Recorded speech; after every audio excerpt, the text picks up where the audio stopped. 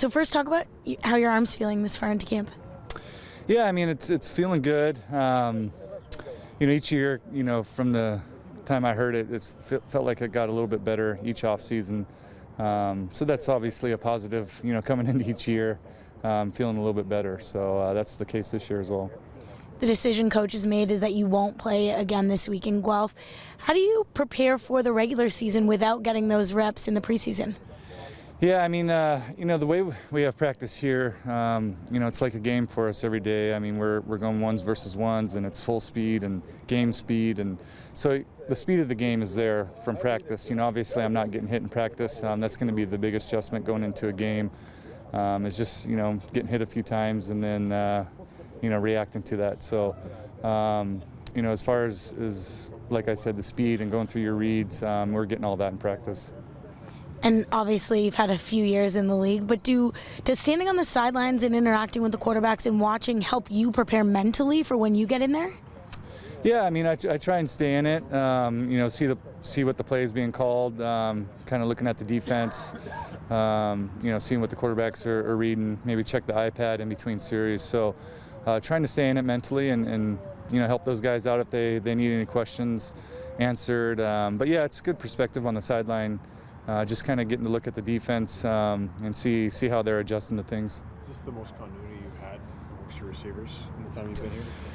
It feels that way. I'm trying to think, maybe 2012 to 2013, we had a lot of guys back, but yeah, it's nice to not have to get used to new guys. There are a couple guys that are new this year, but for the most part, we've got a lot of guys coming back, and you can just kind of build on the success and the experience and all the stuff that you did well, did bad from the previous year, and just kind of work on those things. And the biggest thing is when you're throwing receivers is getting those game reps, what it's like in game time. So for most of the guys, we've got a lot of those reps from last year. Well, just from your experience in your other life in Edmonton when you were with Jason Tucker, I mean, what does a receiver have to do to grow with his quarterback? And obviously you're studying, but what does a receiver have to do? It's really decisiveness out there. If they're doing too much or they look unsure, you may hesitate as a quarterback just by the body language that they're giving you. And when you've got guys that you're comfortable with, you can kind of anticipate what they're doing, how they run routes, the areas that they're going to be in. And for the new guys, you're kind of trying to get that feel with them. Sometimes, they're giving maybe one extra move that you're not used to, or, maybe they look a little unsure and they're, kind of giving you a false move and doing something different. Those are all things that you got to kind of get used to with new guys and get those things fixed. I haven't seen in the time you've been here a receiver who's as big or imposing as 17 Luke Smith. I mean, can you remember? I don't remember you having potentially having a receiver that big and that. Yeah, he might be one of the biggest guys I've thrown to. Just the size and speed and the package that he brings is pretty impressive. I mean, the catch radius that he's going to have. Coach talks about that a lot.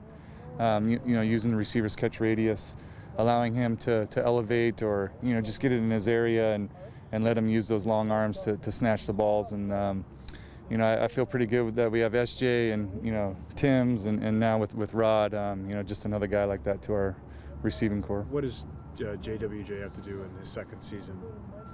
He's going to start the season as the guy, as the starter. Yeah. What do you think he has to do to kind of grow into the CFL? He's just got to take the same approach he had last year. I mean, he was a new guy coming in and a hungry guy, and really no expectations. I mean, he just went out there and played hard every day and tried to do what the coaches asked him to do and play hard for his teammates. So I think that's the hardest thing as a player is, coming off a year where you did really well is you feel like expectations are on you.